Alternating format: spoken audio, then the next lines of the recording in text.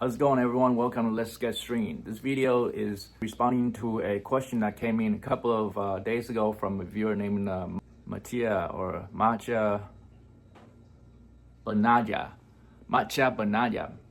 If I mispronounced it, apologize in advance. Anyways, his question was, why don't you run the string below the Diablo? Because he was watching one of my videos, and I've been running the strings above the Diablo before the string goes into the string puller at a tilting angle. It isn't exactly parallel to the puller itself. I've done a study by myself, so today I'm going to demonstrate the difference in tension, in particular, that it's actually measured by my trusted portable digital meter. I'm going to run it both above the Diablo and below the Diablo and show you the difference. So stay tuned, everyone.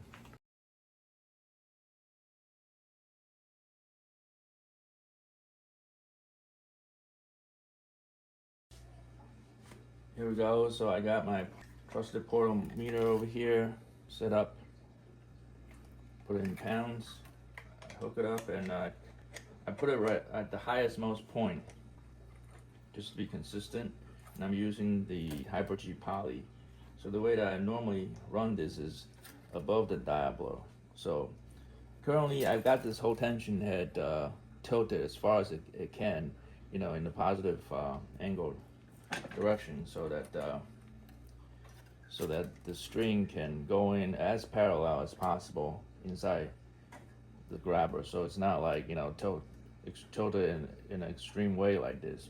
Now in actuality, it depends on how thick your racket is up here. I mean, when you have a thick frame that's going to sit higher, so your string is actually going to come out higher from the outside of the frame. So by the time it gets to the end of the string puller over here, it might sit in an angle, as you can see over here, which means the string sits higher up on this end, and then on this end the string is lower, because obviously you want to make sure that it goes in further for your finger to be able to, to ensure that it actually grabs.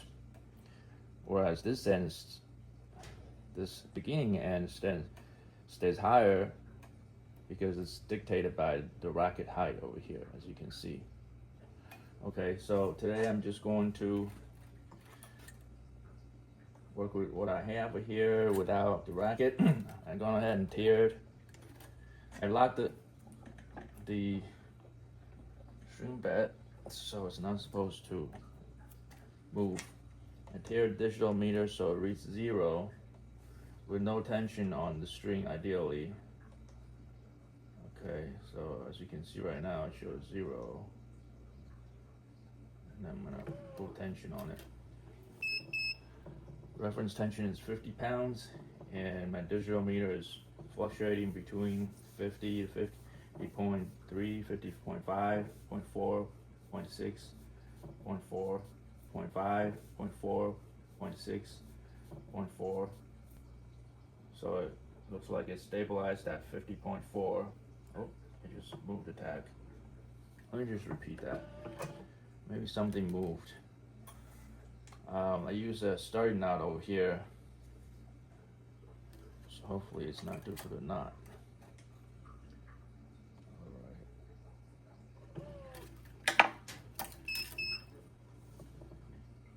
50.2, 40.9, 50.2, 40.9, 50.2, 0.5, 0.3,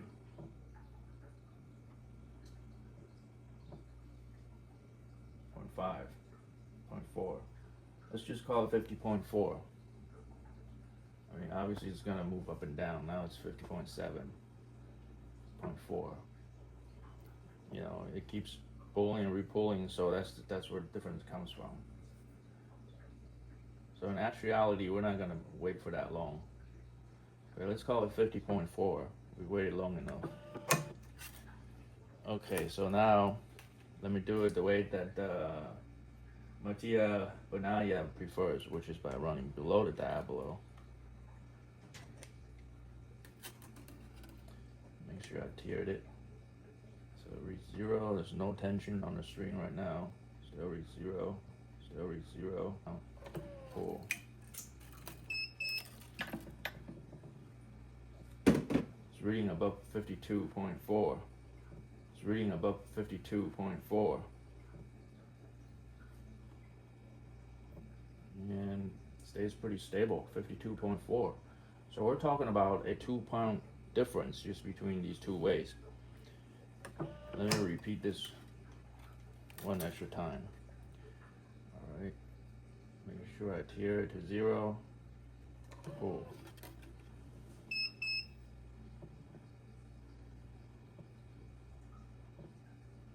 Oh, this is the above way. It's 50.4. All right, so it's pretty repeatable. All right, let's run it below. Tear it. Pull. 52. Right away it shoots up to 52.2, 0.3.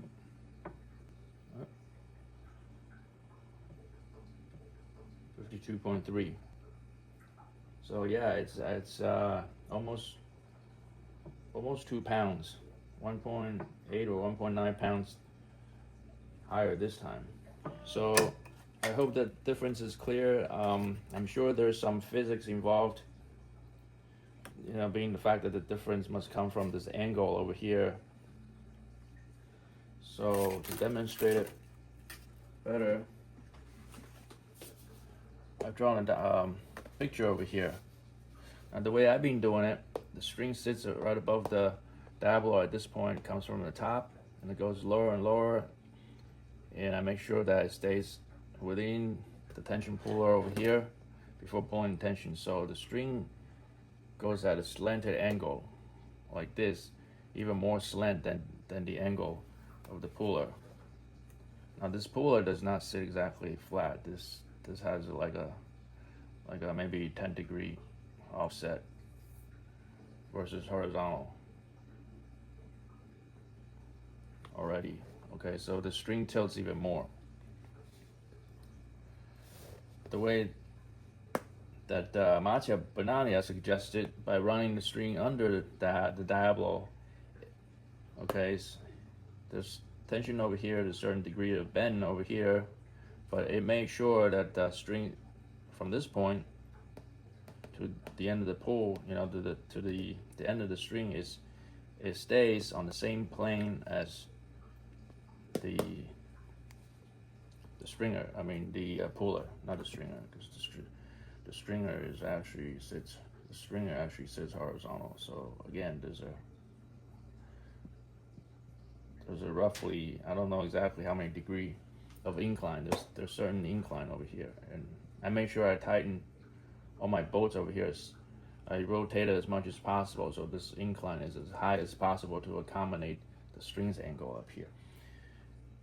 So as you can see, the benefit of doing it this way is that these two blue dots over here indicates the internal springs within the plates. So once the string enters from this end, it must stay parallel to the plate.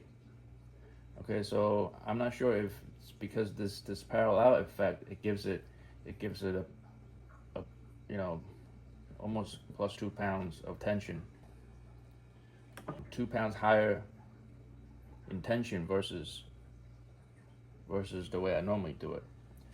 Now the fact that when I normally calibrate my stringer, I would calibrate it by running the string above the Diablo anyways.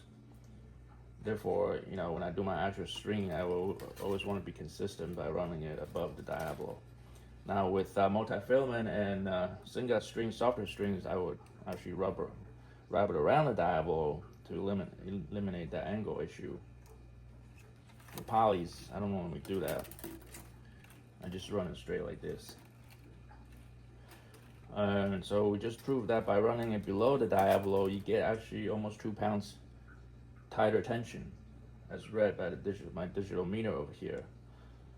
And so going forward, I'm not going to do it this way unless I recalibrate my machine again, doing it this way.